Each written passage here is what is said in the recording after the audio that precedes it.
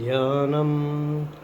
ఓం దేవాదిదేవ సమస్తంబు కల్పింప పాలింప ధూలింపగా పెక్కు దివ్యావతారంబులంబొందు నీ పాద పంకీరు హద్యాన పారిరస్వాంతుల ఎప్పు భక్తాడి నింబ్రోవవే దేవతా చక్రవర్తి శ్రీ ద్వారకామాయి వాస శ్రీ షిరిడీ బాబా నమస్తే నమస్తే నమః.